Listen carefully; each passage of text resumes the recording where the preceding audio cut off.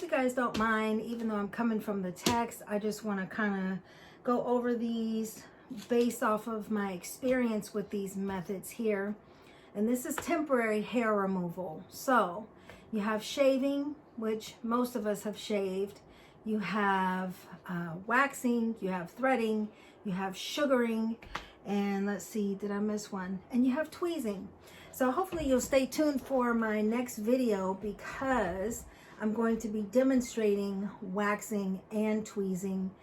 And it's unfortunate that it will be on the mannequin head, but hey, in these times, it is what it is, as long as I show you the correct method. Now remember that tweezing and waxing is no longer state board, as far as in our state. I can't say that for every state, because maybe some states are still doing it. I remember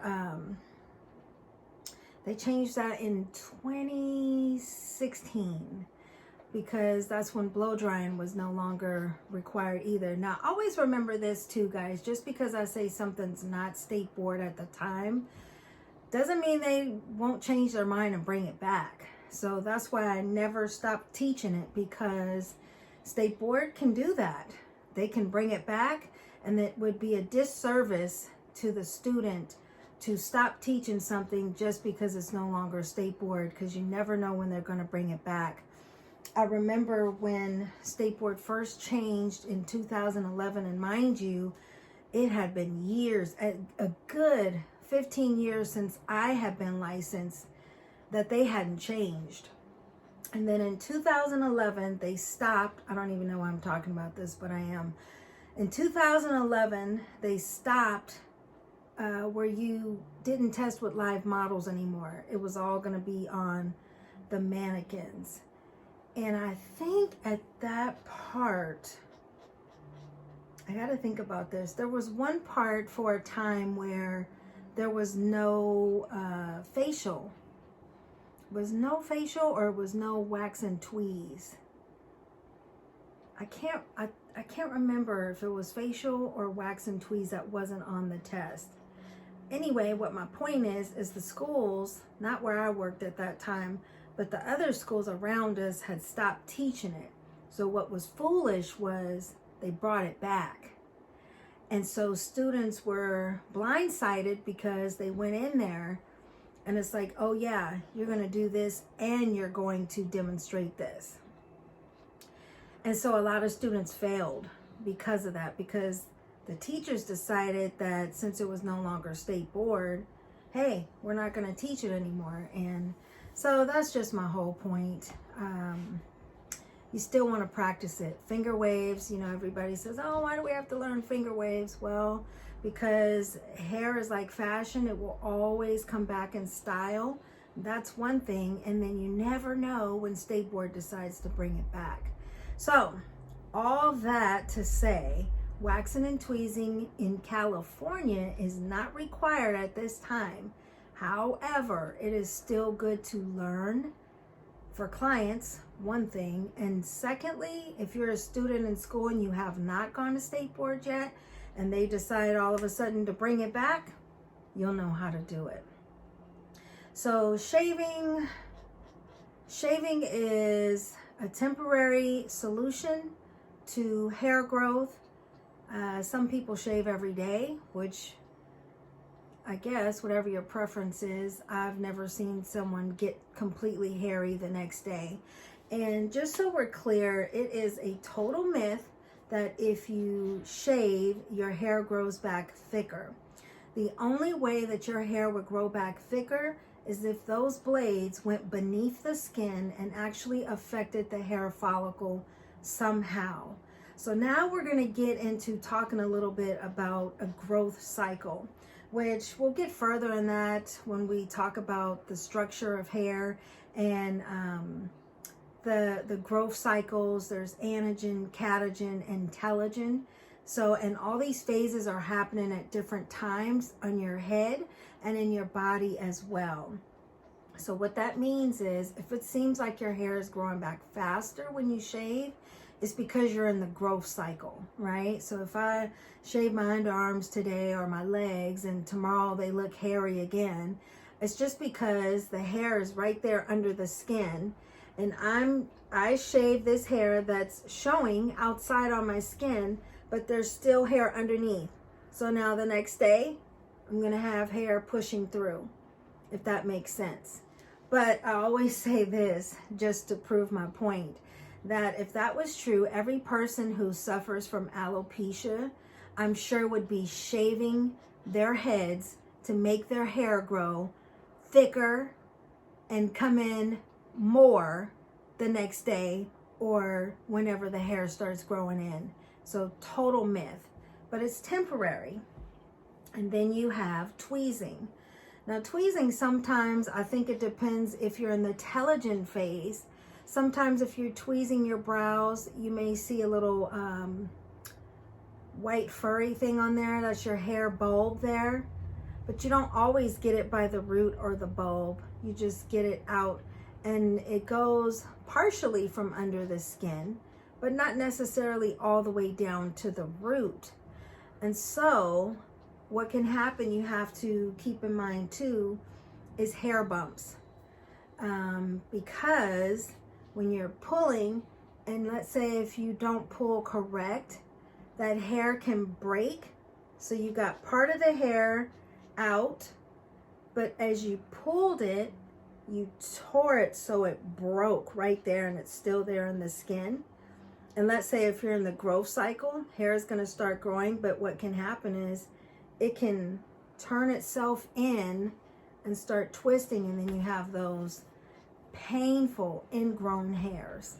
So these are things to be aware of when you're tweezing, when you're waxing. You can get broken hairs as well, and it can become ingrown hairs too. There's threading. So all these things I've had personal experience with. I didn't start tweezing my eyebrows until I was 34. So I was pretty late in the game. I used to have Wolfman Jack eyebrows, like they were way out here. And now that I'm older, they're just coming in thinner and thinner. But shaving, I've been shaving for years. Tweezing, I've been tweezing for over 10 years now. Now I shave my eyebrows. So I have a little tiny brow shaver where I shave in there. And it depends on if I'm in the growth cycle or not. The next week I may see hairs coming in. And if I'm not in the growth cycle, I may not see any hairs coming in for 2 to 3 weeks. So it just all depends. Threading, my personal experience with threading, I've had students do it for me, and different cultures are taught different. Some of them wind it up and they use their mouth to thread with, and some of them just use their hands to thread with. Pardon me. But it lasts for quite a while as far as removing that hair. Usually for me, it lasts a good 3 to 4 weeks, which is pretty cool. But you got to be careful with that too, because it's actually ripping those hairs out.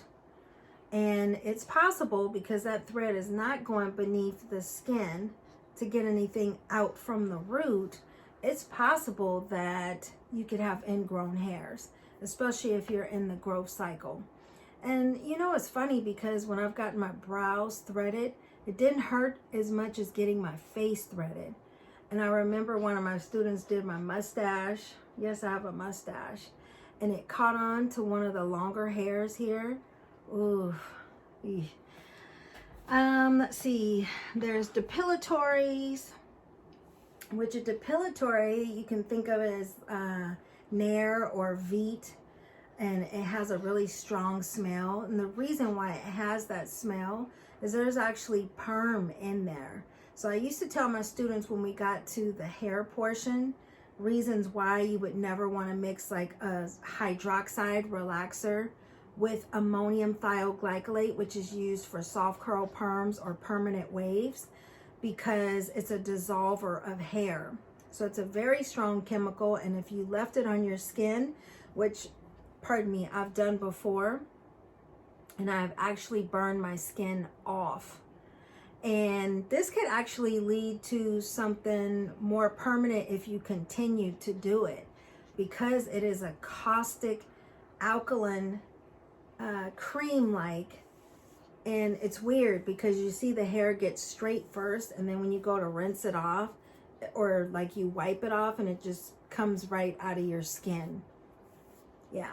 So that's what it is, and that's why it smells like perm. It actually is perm, and it actually is 2 different types of perm mixed together. And so just imagine if you put that on your head, not only would it burn your scalp, but you could lead up to permanent hair loss. And on your head, it's not good. All right, sugaring. So my personal experience with sugaring is that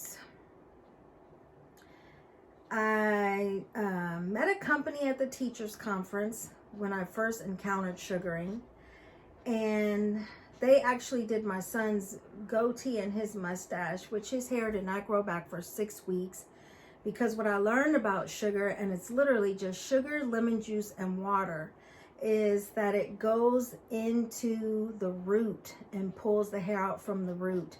So the good thing about sugaring also, so you gotta remember that even though these are temporary methods, some of these could lead to permanent hair loss.